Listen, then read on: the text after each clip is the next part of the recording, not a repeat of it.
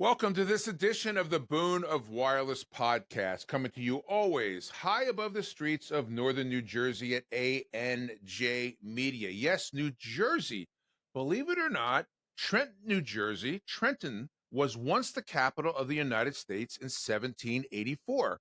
However, this honor lasted less than 2 months when the founding fathers realized that they were in New Jersey.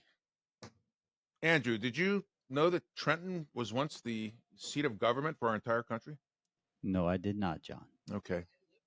Our guest today is a seasoned telecommunications executive with 20 plus years of experience in many notable executive level successes with some of the biggest global telecommunications companies in the world. He has a tremendous grasp of today's cellular and wireless services industry with a special focus in the MVNO and IoT market segments. David Hess is currently Senior Vice President of Mobility at Airspring, leading the mobility development with NVNE and NVNA solutions for both traditional MVNOs and IoT service providers. They provide carrier connectivity with AT&T and a market-leading MVNO platform that services a broad range of applications for consumer and the business marketplace.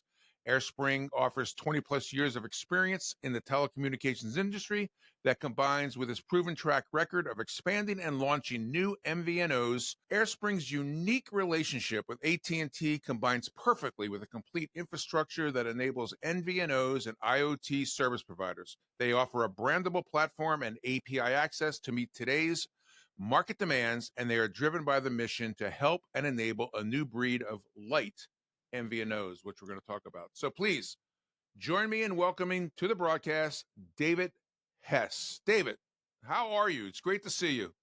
John, thank you so much for having me. It's a pleasure to be here.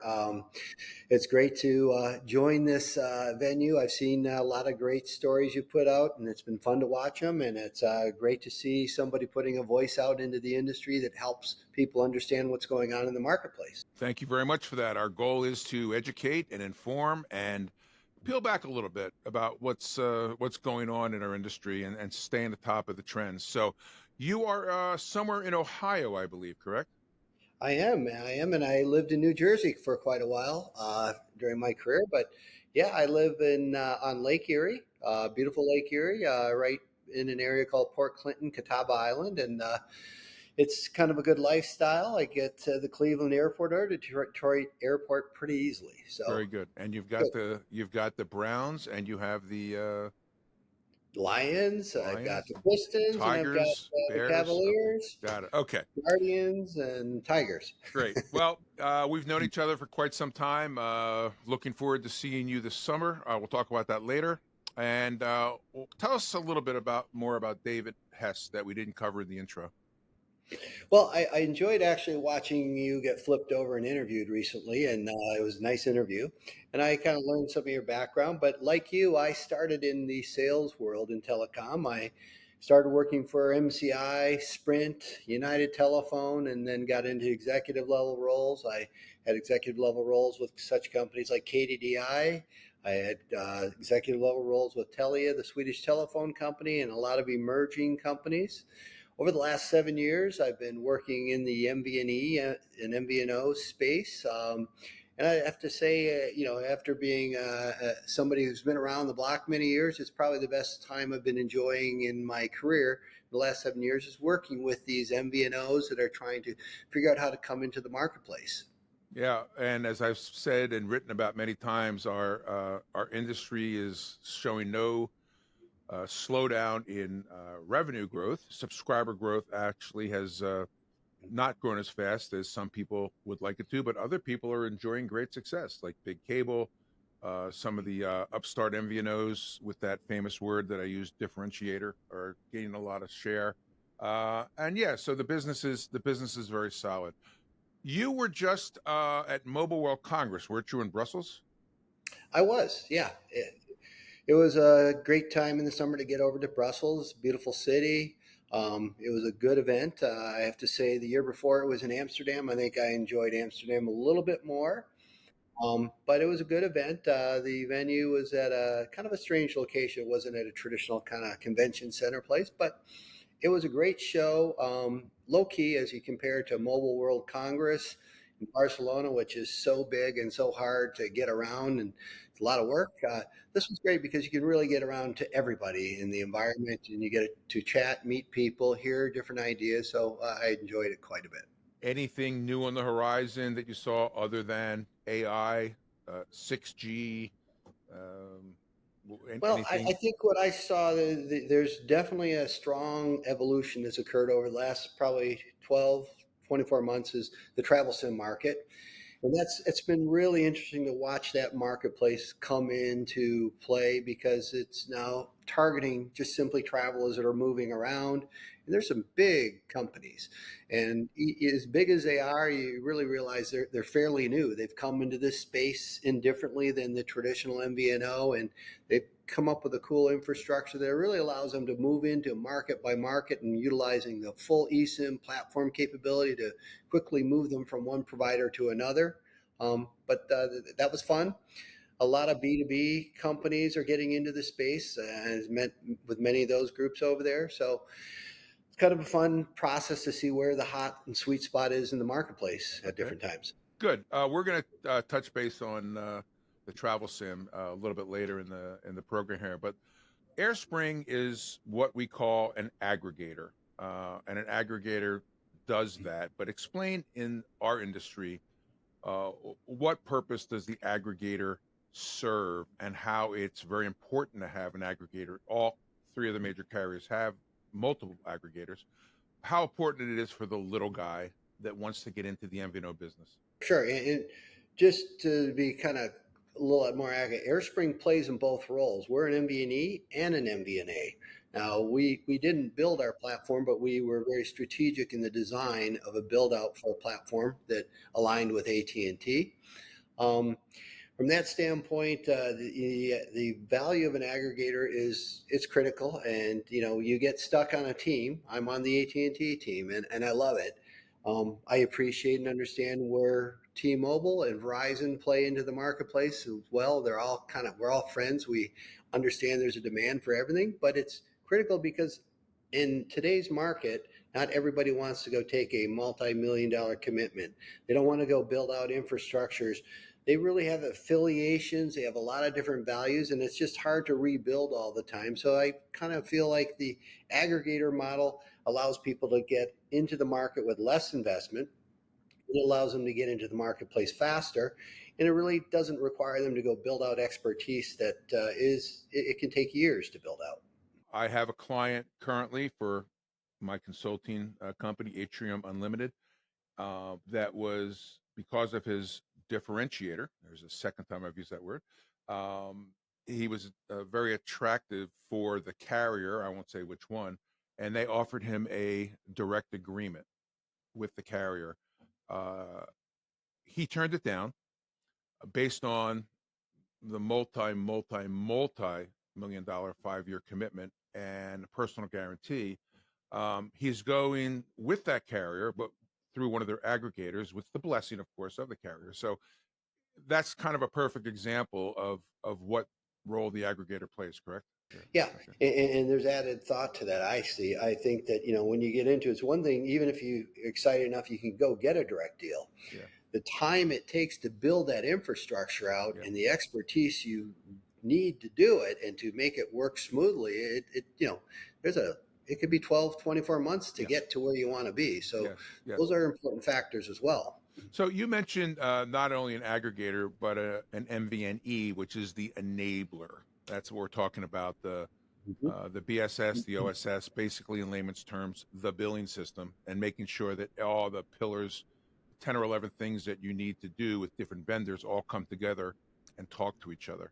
So when did Airspring become an aggregator for AT&T? Well, Airspring, very cool company. It's been around for 20 years, so it's got a long history in the industry, and probably 15 plus years they've been aggregator for AT&T, working very closely in one of their bigger partners. And that's what attracted me into Airspring in my own interest. But within the scope of being an aggregator for the MVNE model, it's been about a little over a year and a half now that I came on board and we really built this strategy out from ground zero to add a mobility strategy around both being an MVNE, and the other interest within Airspring is to really launch their own brand of B2B into the market as an MVNO. Are there many aggregators that AT&T uses today? Well, there's a lot of people that are partners. So, I mean, they can be partners. But I mean, from the standpoint of being an MVNE, there's only a few of us. There's probably maybe 3, possibly 4. Some are more active than others. I think we're one of the more active players in the market, being, out public and present with our strategies. So. Now, my understanding is that there are really 2 AT&T groups that provide wholesale or reselling services, the AT&T Wholesale Group and the Apex Group. Can you take us through what are the differences between going through one or the other? Absolutely. So yeah, there are 2 divisions. We're in what's called the Apex division.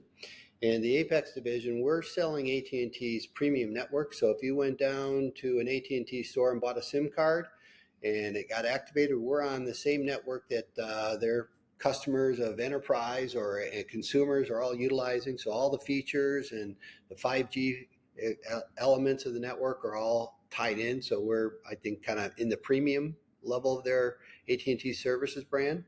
The other one is in the wholesale division, and that one sits on what's called the old Ericsson platform. It's the original MVNO infrastructure, and it's got different values. I mean, there's values to both sides. There's a purpose, but that one is a little more designed around the prepaid model originally, and it's kind of a prepaid PIN strategy.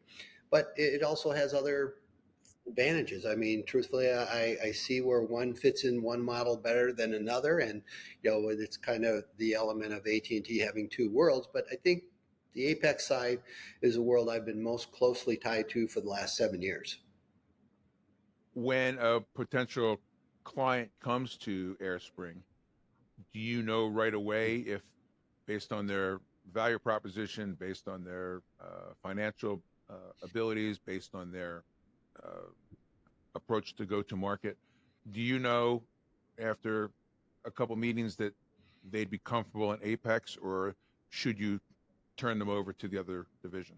No, it's not always that clear. Both sides can support either piece. I'm associated more with the Apex side, but I do instinctively see where there's certain elements of a requirement that would fit better on one side or the other, or even sometimes in Verizon or AT or T-Mobile. So, being in the industry as long as I have, I recognize that I'm not the perfect solution for everyone, and there's a reason for one side of AT&T and another. There's also reasons where I think Verizon and T-Mobile also fit in and maybe could be a better choice than I am sometimes.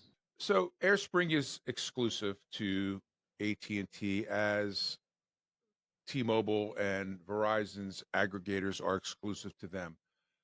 We all come across potential MVNOs that want to give the customer a choice, because what works well in one place may not work as well in another place. And, I can't figure out who has the fastest 5G, covers the most population of 5G, or is the largest 5G network in the country. I pass all 3 billboards when I go into New York City, and I'm still scratching my head.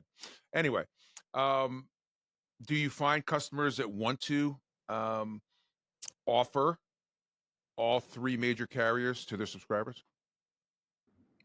Yes. Usually it depends on where they are in their life cycle.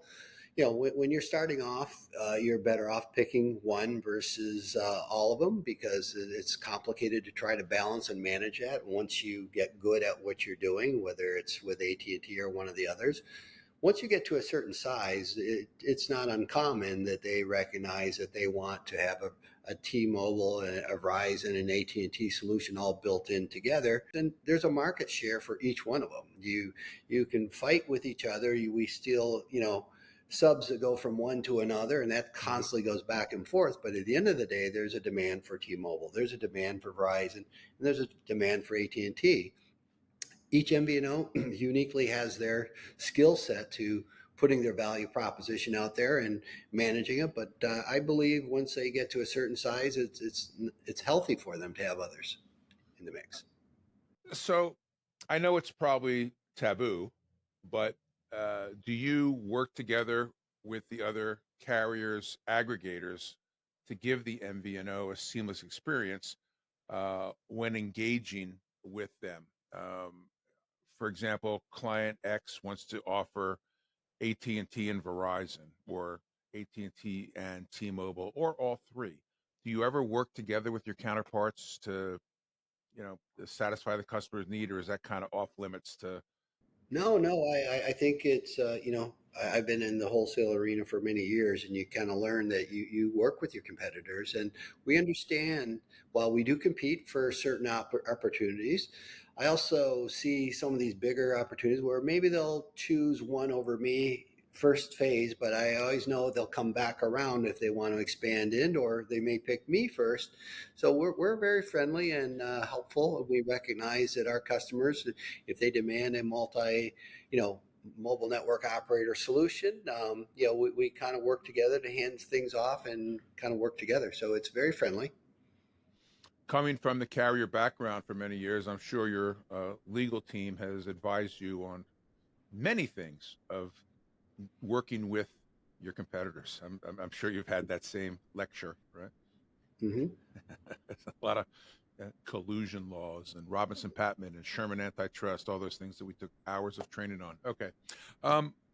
So Did I suggest that I was crossing? no, not at Oh, all. It's just okay. that back in the day, everybody was Yeah. afraid to do it. When we were inventing this industry back in the day, aging myself now, you couldn't say boo. No one knew what was going to happen in Well, wireless. It was the well, Wild West back then, and we had to kind of wrangle in a few of the strays out there, so to speak.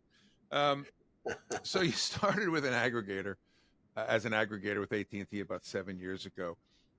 What do you know now, running this aggregation for companies that want to come to AT&T through you? What do you know now that you wish you knew when you started out on this? you learn to see patterns. I mean, to me, the market has changed in those 7 years, probably five, six different times. And learning early on when we started to build into the infrastructures of what you wanted to build and the demands for the marketplace. Um, where I am today, you have such a deep understanding. I would have probably saved a lot of time and gotten to places that I wanted to faster. But the evolution is also good because the marketplace changes, the capabilities change, eSIM technology, DP Plus platforms are highly important to today's business, and how to maneuver and deal with different requirements, whether you're roaming or dealing with international long distance, they're different today than they were 7 years ago.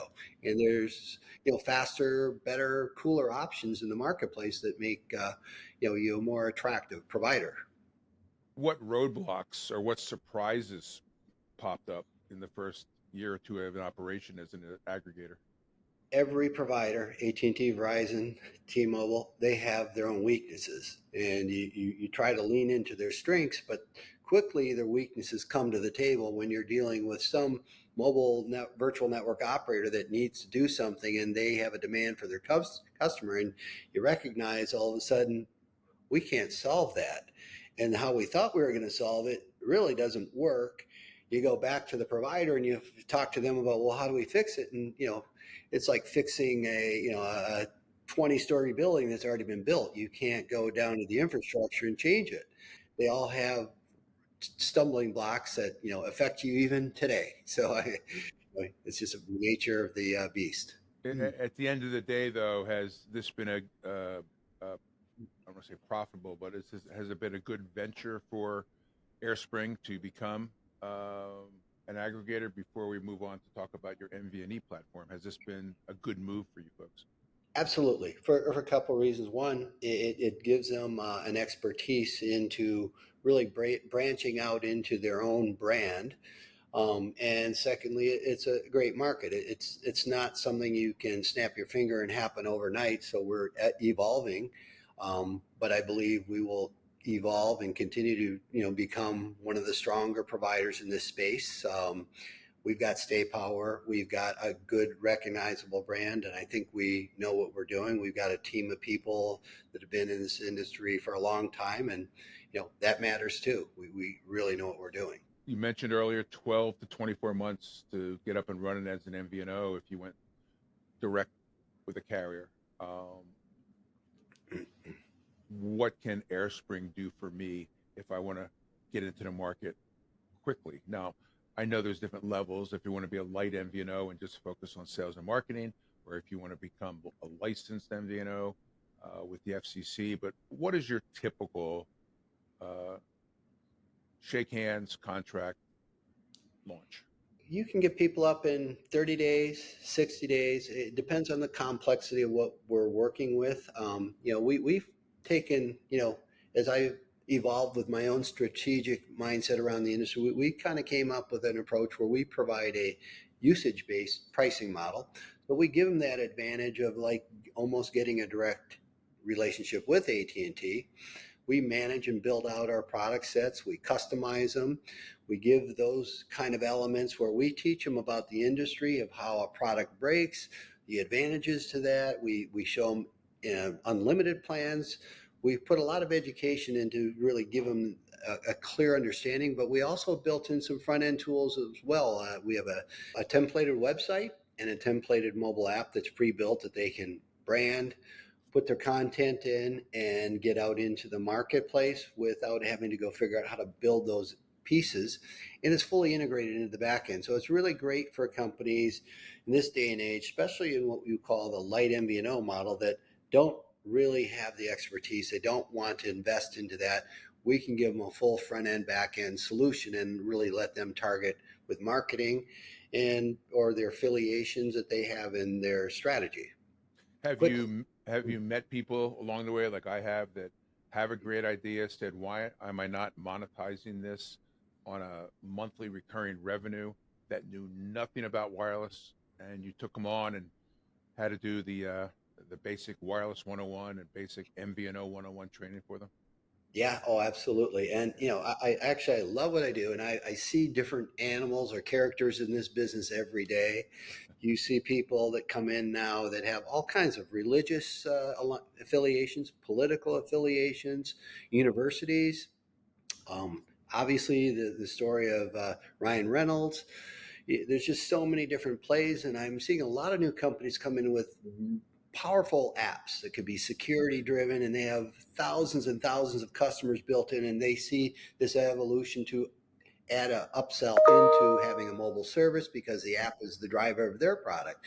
So there's so many different ways you can monetize and open up a new door into the industry. We kind of call it, and I know you preach so much about the industry and push that passion out, but we see it's a new breed of MVNOs. The guys that want to come in and be cost-based and drive it on cost, that's not the model of the future. There's a few people think they can pull that off, but that's not going to happen in today's market as much.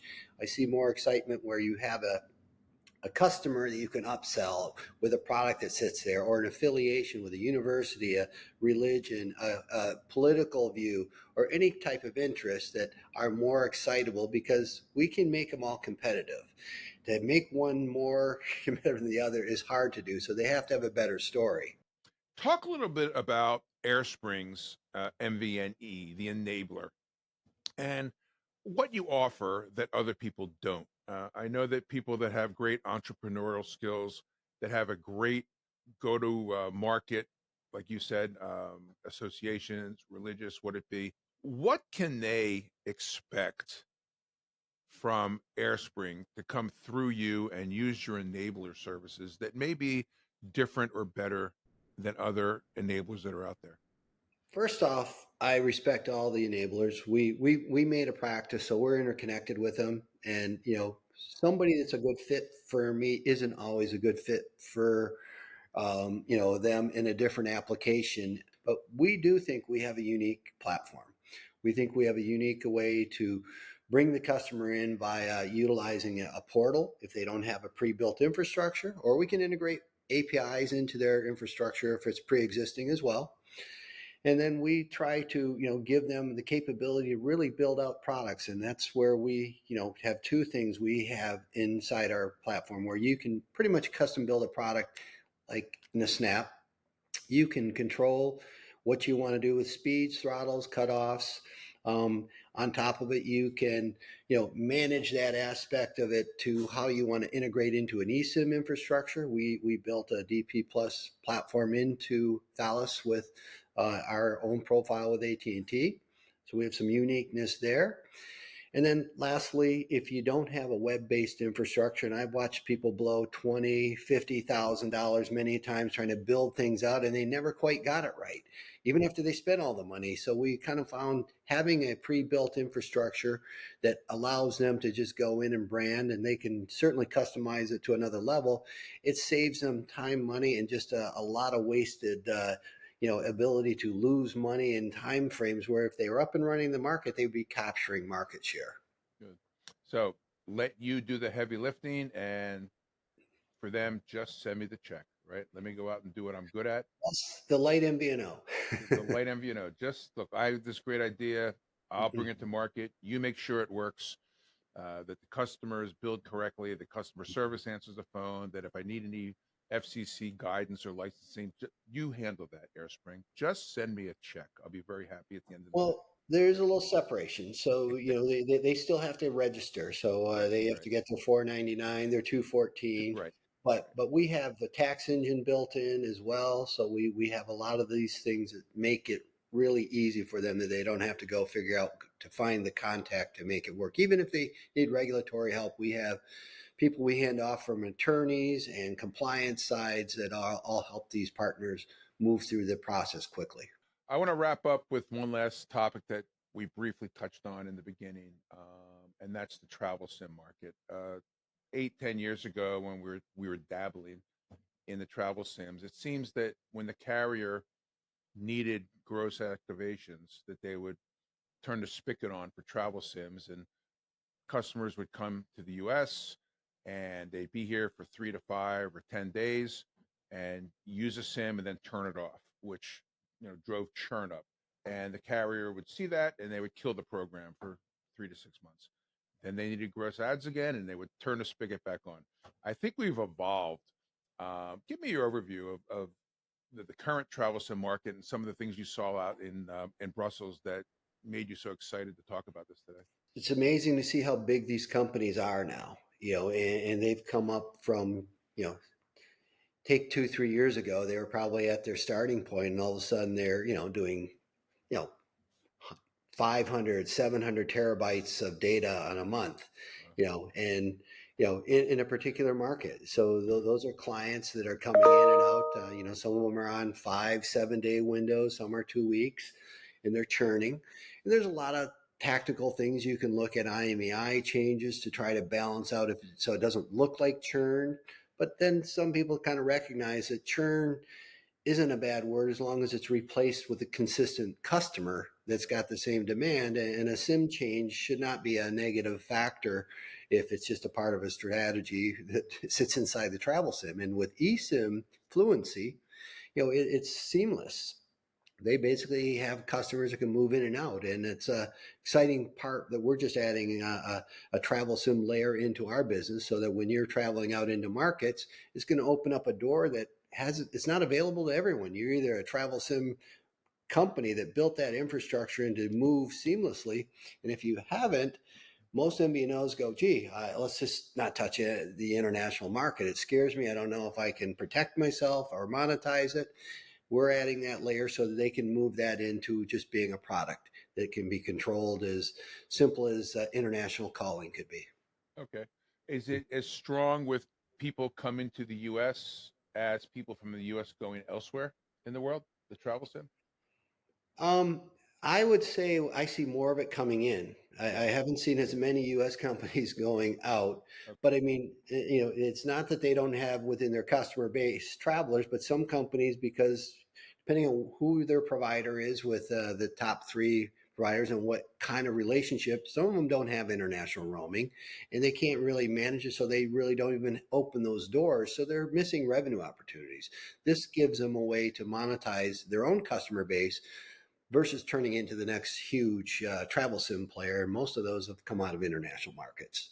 Great. Well, I like you, look forward to see where this goes, and I'm sure we'll be hearing a lot about this industry based on what you said, the eSIM and the big players put in a lot of resources about it. Okay, so Airspring. I want to get in touch with Airspring. I want to get in touch with David Hess. How do I do that? Airspringwireless.com. You can communicate through that. We hit most of the trade shows. We have a strong presence within LinkedIn. Airspring is all over LinkedIn. Airspring Wireless is blogging into that. We follow John, and we try to tie into. It's a big community, but it's a small community once you get inside there. And as I say, all our competitors, all our friends that are in there fighting for market share like we all do, we really know each other, and I think there's a good respect for everybody, and it's really a fun place to work. I enjoy what I'm doing more than anything. Likewise, I'm one of the few people that loves Monday morning because, as I tell my grown children, who I mention probably too much on my podcast, but they love me for it, you got to love what you're doing. Yeah. It is it a job, or is it, what you want to do with yourself? So great. Well, David, it's been a pleasure. I'm sure I'll see you. We have a little more than a month, exactly almost, to go to the All Wireless and Prepaid show in August. And you and I'll spend some time together there as well, talking about the business, talking about how fantastic this podcast was to have you on today. So I want to thank you for joining us. And I want to thank you and your company for all the kind words and support, not just you, but your marketing folks all the way up the line that we work close together, and appreciate everything that you've done for our company and supporting our podcast. So thank you for that. Yeah, your role is so important. It's fun watching you. You really get lightning sticked into being so popular out there. But I think it's not been out there, and it's really great because now people have a way. You go to trade shows to learn and catch up, but you're bringing in the excitement and the knowledge that you can go collect into a view that can be talked about differently, because you can't talk to everybody, and you kind of bring it back into a place that's great to come in and learn and hear what's going on in the marketplace. Thank you. I'm going to take what you just said and put it on my website. So thank you very much. You may even see me walking around with my cameraman at the All Wireless Prepaid show, doing some interviews and stitching that into the podcast, but don't tell anybody. Just keep that between us right here, okay? I'll keep it on the low. Dave Hess, Airspring, thank you very much for joining us today. That is going to wrap up another episode of the Boon of Wireless Podcast. We'll see you next time. Thanks.